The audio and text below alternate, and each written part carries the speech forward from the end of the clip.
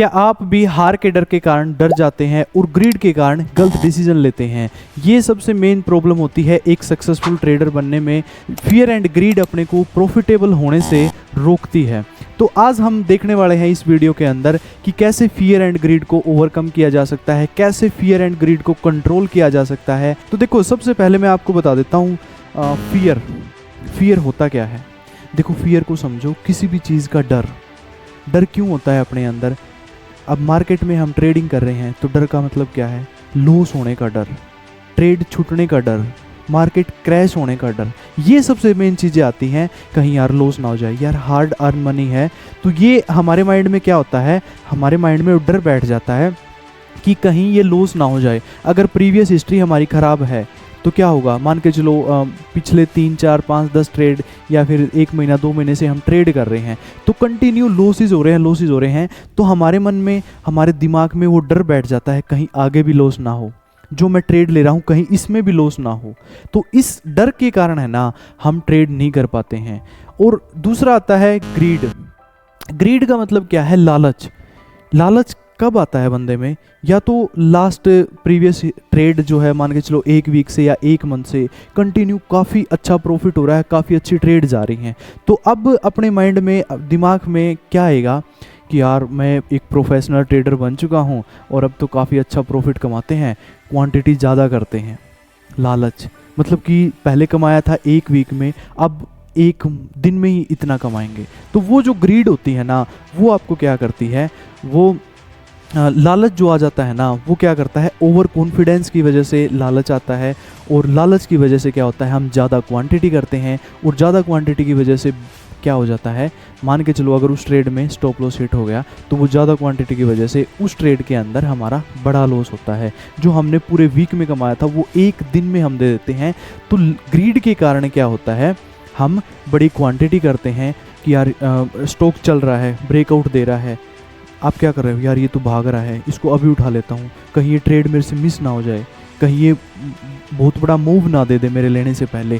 तो fear of missing out, FOMO जिसको बोलते हैं, उसमें बंदा एंट्री करता है ना, मतलब भागती हुई ट्रेन को पकड़ने की कोशिश कर रहा है, तो उसमें क्या होगा, वो फंसेगा। और उस ट्रेड के अंदर क्या होगा, वो ओवर कॉन्फिडेंस या फिर लालच के कारण, फोमो के कारण उस ट्रेड के अंदर एंट्री करेगा और वो वहीं पे ट्रैप हो जाएगा। तो सबसे मेन चीज़ है फियर एंड ग्रीड को कंट्रोल करना।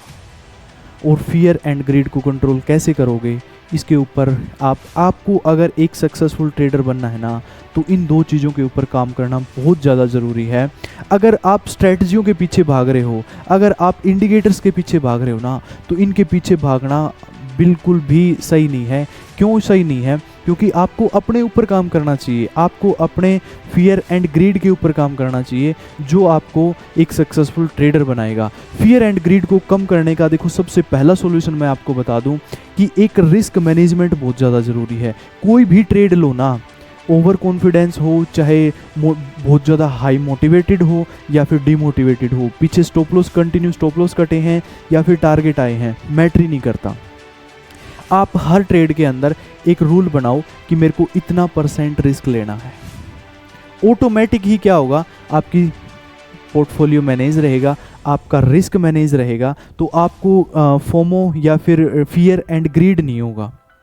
अगर एक रिस्क मैनेजमेंट आपने कर लिया हर ट्रेड के अंदर कि भाई मेरे को 1% का, 2% का स्टॉप लॉस लेना है, 3 या 4% का मेरे को टारगेट लेना है, आप इस चीज़ को फिक्स कर लो, आपकी 50% प्रॉब्लम ऑटोमेटिक सॉल्व हो जाएंगी फियर और ग्रीड की।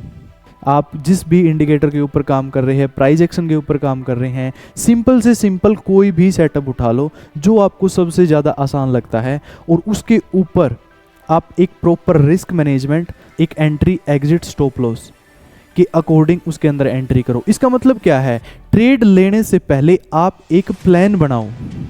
जैसे ही आप वो प्लान बनाओगे ना, ऑटोमेटिक आप उस प्लान को एग्जीक्यूट करो और आपको फियर एंड ग्रीड आपके आसपास भी नहीं आएगा ट्रेडिंग के अंदर। अगर आप जो आपने प्लान बनाया है, ट्रेड लेने से पहले जो आपने प्लान बनाया है ना, उस प्लान के अकॉर्डिंग चलो, फियर एंड ग्रीड आपके आसपास भी नहीं आएगा। और ट्रेडिंग के अंदर सबसे मेन चीज़ जो है सक्सेसफुल होने की, मेन चीज़ यही है कि आप एक प्री प्लान्ड, एक रोबोट की तरह काम करो। रोबोट कैसे काम करता है, जो चीज़ें उसके अंदर फीड कर दी ना वो वैसे ही काम करता है। तो सेम चीज़ ट्रेडिंग के अंदर अपने को अप्लाई करनी पड़ेगी। रोबोट के अंदर कोई फियर एंड ग्रीड नहीं होता, कोई इमोशंस नहीं होते, और ये फियर एंड ग्रीड अपने इमोशंस हैं जो अपने को हावी कर देते हैं कि ट्रेड काट दे यार, ले ले यार, मतलब छोड़ दे, मतलब कहीं नीचे ना गिर जाए, कहीं ऊपर ना चली जाए, इसको ले या ना ले, मतलब दिमाग में 1000 क्वेश्चन आते हैं जब हम कोई ट्रेड को करते हैं। तो इन चीज़ों को अवॉइड करो, एक प्लान बनाओ, बस सिंपल, एक सेटअप, उसके ऊपर ट्रेड लो, entry exit stop loss target हर चीज़ डिफाइन करो ट्रेड लेने से पहले, और एक स्पेसिफिक रिस्क लो कि मेरे को कितना पैसा मैं इस ट्रेड के अंदर दे सकता हूँ। भाई मेरी 1 लाख रुपए कैपिटल है तो मेरे को 1000 का रिस्क लेना है, ओनली 1000 का रिस्क लेना है एक ट्रेड के अंदर, तो ऑटोमेटिक आपका रिस्क कम हो जाएगा। आपका चाहे स्टॉप लॉस कटे चाहे टारगेट हो, आपको बहुत ज़्यादा ओवर कॉन्फिडेंस या बहुत ज़्यादा डिमोटिवेट नहीं होगे इस चीज़ से। तो शायद मैं आपको एक बहुत अच्छा आंसर दे दिया है फियर एंड ग्रीड को कंट्रोल करने का।